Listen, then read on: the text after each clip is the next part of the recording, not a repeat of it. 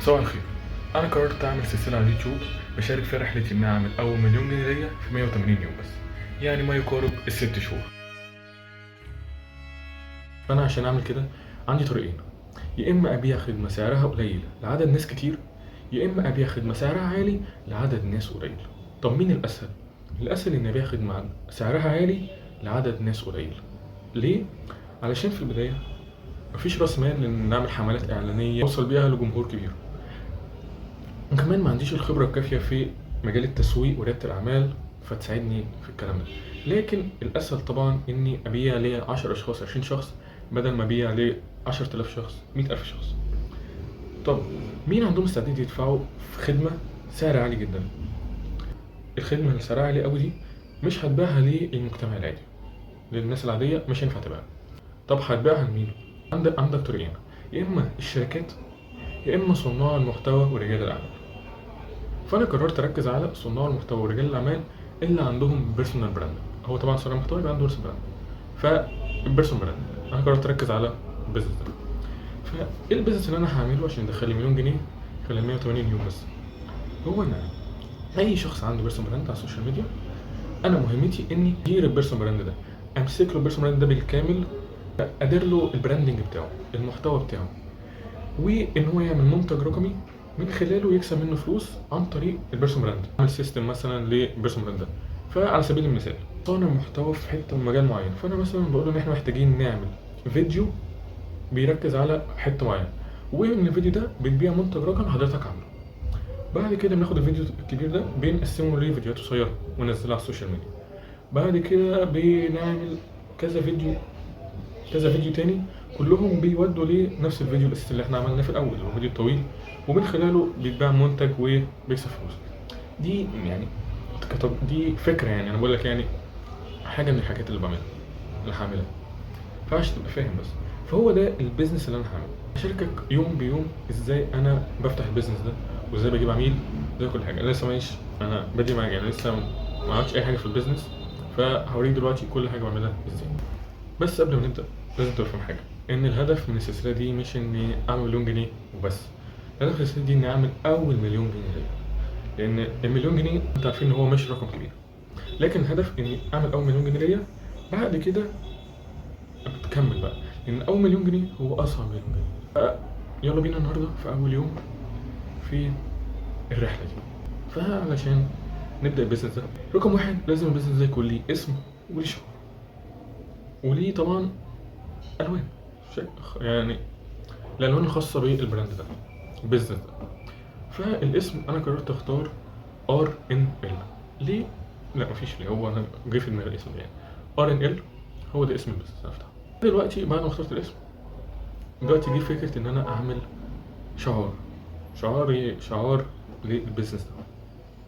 ف هنستخدم ايه عشان نعمل الشعار ده؟ فانا هستخدم كانفا مجاني تماما عشان يعمل الشعار ده. هو ده شكل الشعار بالظبط في النهايه. ونقطة بس تبقى عارفها ان الشعار مش هو اللي هينجح البيزنس او يخليه يفشل، لكن هو بس كده عشان شعار ان الناس تعرف البيزنس بتاعنا بيه. فانا مش عايز اعقد الامور، مش عايز اصعب الدنيا قوي على نفسي، لان ده مش هو ده المهم، مش هو ده المفروض اركز عليه. عشان كده هو هتلاقي ان الشعار بدائي جدا، هو مش محتاج اكتر من كده صدقني، يعني مش محتاج اعمل شعار عميق جدا ومعقد جدا، مش هيغير اي حاجه يعني. فكده خلصنا اول حاجه وهي الشعار والاسم.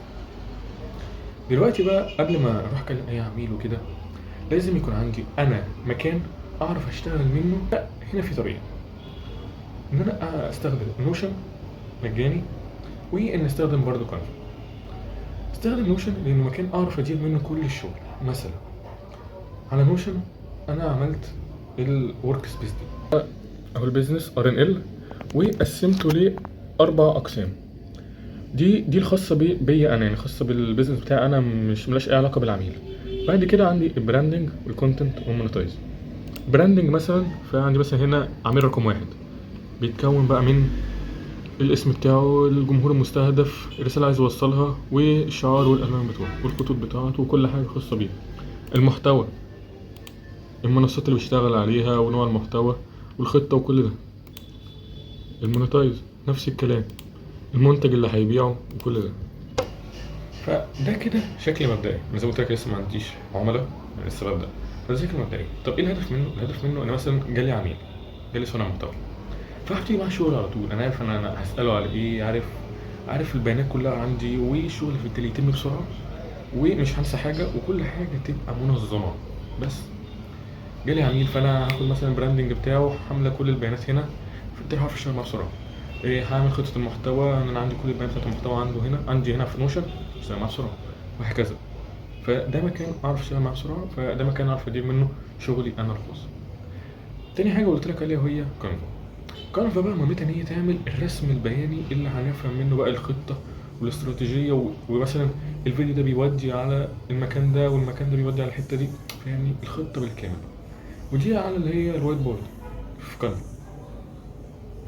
بشكل مبدئي بيرسون براند، عندي هنا في براندنج، كونتنت مونيتايز، والاستراتيجيه بقى والخطه اللي هنمشي بيها. جوه البراندنج لو قربت شويه هتلاقي فيه الايدنتيتي، فيجوالز، والريبيوتيشن. الايدنتيتي فيها كل الحاجات اللي عايز اعرف، بيانات، وهنا برضو المحتوى. عندي هنا المنصات اللي هشتغل عليها، وشكل المحتوى ماكرو ومايكرو. نقطة ماكرو ومايكرو دي هفهمها لك في فيديوهات قدام، وزيها في المونتايز وكده. انا بقى عندي القاعدة العامة والمكان اللي هعرف اجيب منه كل شغلي، وهنا هشتغل واخلص فيه كل البيانات الخاصة بعمله. ان انا هنا بعمل له الاستراتيجية بقى، والمحتوى الماكرو بتاعي هيكون شكله عامل ازاي، والمحتوى المايكرو هيكون شكله عامل ازاي، وكل حاجة. فده كده كان أول يوم في الرحلة. أنا خلصت فيه الشعار، وخلصت الحاجات المهمة اللي هو نوشن وكانفا، إن أنا مكان أعرف أدير منه شغلي، ومكان أشتغل عليه. كان جوجل فورم لسه عايز أعمله عشان أبعته للعميل، فلسه في مشوار طويل أوي.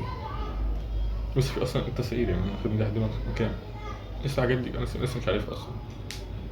بس فده كده. والهدف من السلسلة دي إني أشاركك رحلتي بالكامل. جايز ان هي اول حاجه عشان يبقى البراند بتاع انا ذات نفسه فيزك اي سبب مش عارف. بس في الاخر ما تنساش تتابعني على انستجرام، تابعني هنا على القناه عشان تشوف الرحله بالكامل. انستجرام هنزل ستوريز وكده، يعني حاجات بسرعه. تابعني هنا بالكامل، شوف الرحله بالكامل كل تفصيلها. بس لو عندك اي اسئله، حاجات مش فاهمها، اكتبها في الكومنتات. وفي الاخر ما تنساش تعيش حياتك. سلام.